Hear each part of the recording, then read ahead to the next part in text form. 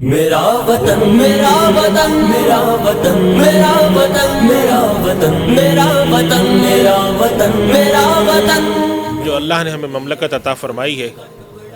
اس نعمت کے شکر کے طور پہ ہم دوسرا کام جس کا ہم نعرہ بلند کرتے ہیں ہمیں کرنا چاہیے، وہ ہے اتحاد۔ اور بدقسمتی سے ہمارے ملک پاکستان میں، پاکستان سے باہر مسلمانوں کے اندر جس چیز کی بڑی کمی نظر آتی ہے وہ اتحاد ہے۔ اتحاد کا کیا مطلب ہے؟ ہمارے یہاں لوگ اتحاد اور اختلاف دونوں کا مطلب نہیں جانتے۔ اختلاف کا مطلب یہ سمجھتے ہیں کہ سامنے والے کو جس کا ہم سے مخالف نظریہ ہے زندہ رہنے کا حق نہیں، اور اتحاد کا مطلب یہ سمجھتے ہیں کہ دونوں آدمی ایسے آپس میں یکجان ہو جائیں جیسے دودھ میں چینی ڈال کے چمچہ چلایا جائے تو دودھ اور چینی کو الگ کرنا مشکل ہوتا ہے۔ اتحاد کا کبھی بھی یہ مطلب نہیں ہوتا۔ اتحاد کا مطلب یہ ہوتا ہے کہ دو آدمی اگر اختلاف رائے رکھتے ہیں، دو لوگ اگر مختلف قوموں کے ہیں، دو لوگ اگر مختلف نظریات رکھتے ہیں، مختلف نسل کے ہیں، مختلف رنگ کے ہیں، تو وہ کسی ایک معیار حق کو معیار بنا لیں، کسی ایک بنیاد کو معیار بنا کر اس پر جا کر آپس میں ساتھ رہنے کا، باہمی طور پہ رہنے کا ایک فارمولہ وضع کریں۔ میں نے ابھی جو آیت آپ کے سامنے پڑھی جس میں اللہ سبحانہ و تعالیٰ نے شکر کا اظہار مطالبہ کیا ہے امت سے کہ وَاذْكُرُوا نِعْمَةَ اللَّهِ عَلَيْكُمْ، اس نعمت کو یاد کرو، یعنی مراد یاد کرنے سے یہ ہے کہ نعمت کو یاد کر کے شکر کرو کہ جب تم آپس میں دشمن تھے پھر تمہارے دلوں کے اندر اس نے جوڑ پیدا کیا، فَأَصْبَحْتُمْ بِنِعْمَتِهِ إِخْوَانًا۔ ایک اور جگہ قرآن کریم میں فرمایا گیا إِنَّمَا الْمُؤْمِنُونَ إِخْوَةٌ، مسلمان آپس میں بھائی بھائی ہیں۔ ایک جگہ نبی کریم صلی اللہ علیہ وسلم فرماتے ہیں کہ کسی عربی کو کسی اجمی پر فوقیت نہیں ہے، کالے کو گورے پر فوقیت نہیں ہے، سفید کو کالے پر فوقیت نہیں ہے، زبان کسی اچھی بولنے والے کو ہلکی زبان بولنے والے پہ فوقیت نہیں ہے۔ یہ کس چیز کی نشانی ہے؟ کہ مسلمانوں کو اللہ سبحانہ و تعالیٰ نے اخوہ، آپس میں بھائی قرار دیا، یعنی ہمارے درمیان جو بھائی اور ہمارے درمیان جو اخوت کا رشتہ پیدا کرنے والا نظریہ ہے وہ ہمارا رنگ نہیں ہے، ہماری نسل نہیں ہے، ہماری زبان نہیں ہے، ہمارا علاقہ نہیں ہے، بلکہ ہمارا ایمان ہے۔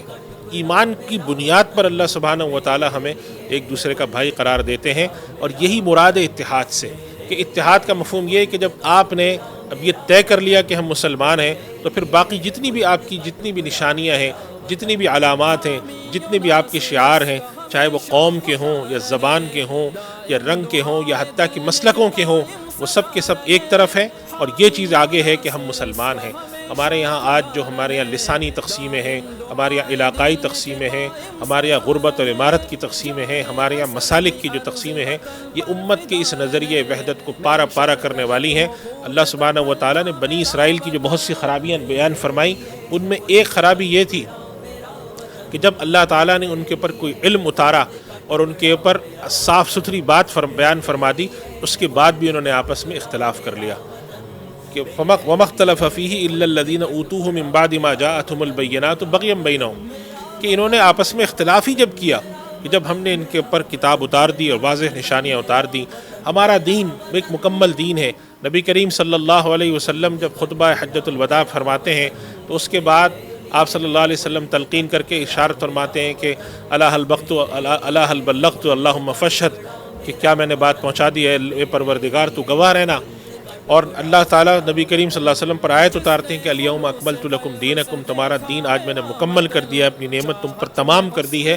اس سے معلوم یہ ہوتا ہے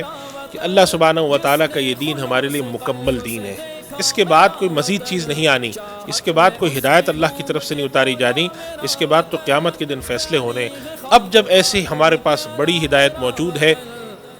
اس ہدایت کے باوجود جب ہمارے اندر اختلافات، عصبیتیں، مختلف قسم کی عصبیتیں، علاقائی عصبیتیں، لسانی عصبیتیں، قومی عصبیتیں اور مسلکی عصبیتیں اس قدر آگے ہوں کہ ہم حق کو پیچھے چھوڑ دیں اور ایک دوسرے کی جان لینے کے درپے ہو جائیں، ایک دوسرے کے مال کو لوٹنے کے درپے ہو جائیں، ایک دوسرے کو پیچھے دکھانے کے درپے ہو جائیں، تو یہ اس اتحاد کے لیے بالکل برخلاف ہے جس کے بارے میں قرآن کریم میں اللہ سبحانہ و تعالیٰ کا حکم ہے وَاعْتَصِمُوا بِحَبْلِ اللَّهِ جَمِيعًا وَلَا تَفَرَّقُوا۔ یہ خطاب مسلمانوں سے ہے، یہ خطاب غیر مسلموں سے نہیں ہے، یہ خطاب صرف صحابہ کرام سے نہیں ہے۔ قرآن کریم رہتی دنیا تک ہدایت ہے، وَاعْتَصِمُوا بِحَبْلِ اللَّهِ جَمِيعًا وَلَا تَفَرَّقُوا۔ دو باتیں فرما دیں کہ اللہ کی رسی کو تھامے رہو اور جدا جدا مت ہونا. یہ نہیں فرمایا واعتصموا بحبل اللہ، صرف یہ نہیں فرمایا، اور نہ صرف یہ فرمایا ولا تفرقوا، آپس میں متحد رہو اور خدا کی رسی تھامے رہو. خدا کی رسی سے مراد یہاں پہ کیا ہے؟ اللہ کے اتارے ہوئے احکام، قرآن کریم ہے، اور قرآن کریم کی تشریح نبی کریم صلی اللہ علیہ وسلم کی احادیث ہیں. تو اتحاد جو ہے اس کے ذریعے ہم اللہ کی نعمت کا شکر ادا کر سکتے ہیں. نبی کریم صلی اللہ علیہ وسلم کے زمانے میں صحابہ کرام مختلف قبائل سے تھے. تو مدینہ منورہ میں بھی ایک مرتبہ صحابہ کرام کے درمیان کچھ ہلکی سی کسی بات پر، ایک صحابی تھے، کسی بات پر کسی دوسرے صحابی سے ان کی رنجش ہوئی، تو انہوں نے اپنی قوم کے لوگوں کو آواز دی. تو نبی کریم صلی اللہ علیہ وسلم تشریف لائے، اس بات پہ سخت ناراض ہوئے اور آپ نے فرمایا یہ پھر جاہلیت کی باتیں شروع ہو گئیں. تو آپ صلی اللہ علیہ وسلم نے اپنے زمانے میں قومی اور قبائلی عصبیت کے اوپر اتنا سخت اظہار فرمایا، اور آپ صلی اللہ علیہ وسلم کی امت اور پاکستان کے اندر رہنے والے مسلمان آج اپنے درمیان قومی عصبیتیں، لسانی عصبیتیں، علاقائی عصبیتیں اور اس قسم کی عصبیتوں کی بنیاد پر مسلکی تفریقات میں لگ کر ایک دوسرے کے حقوق ضائع کریں، ایک دوسرے کی جان کے درپے ہوں، ایک دوسرے کے مال کے درپے ہوں، ایک دوسرے کے ساتھ ناانصافی کریں، یہ کسی طرح قبول نہیں ہے. تو ہمارا جب ایک علامت ہم نے ایک اپنے نشانی رکھی ہے، ایک قومی شعار ہم نے اعلان کر رکھا ہے کہ ہمارے درمیان اتحاد ہونا چاہیے، تو اس اتحاد کا ایک مظہر نظر آنا چاہیے. اور اگر ہم اپنے درمیان ایک قسم کا اتحاد پیدا کریں، اور میں یہ بات عرض کر چکا ہوں، اتحاد کا مطلب یہ نہیں ہوتا کہ ایک آدمی جا کے دوسرے کے اندر بالکل مدغم ہو جائے کہ پہلے کی شناخت برقرار نہ رہے، بلکہ اتحاد کا مطلب ہوتا ہے کہ دو الگ الگ قوم کے لوگ ہیں، دو الگ الگ نظریات کے لوگ ہیں، جن کے بارے میں اللہ سبحانہ و تعالیٰ نے اپنی نعمت کے طور پہ اظہار فرمایا ہے کہ وَمِنْ آیَاتِهِ اخْتِلَافُ أَلْسِنَتِكُمْ وَأَلْوَانِكُمْ، تمہاری زبانوں کا اختلاف، تمہاری زبانوں کا مختلف ہونا، تمہارے رنگوں کا مختلف ہونا، یہ تو پروردگار کی نشانیاں ہیں.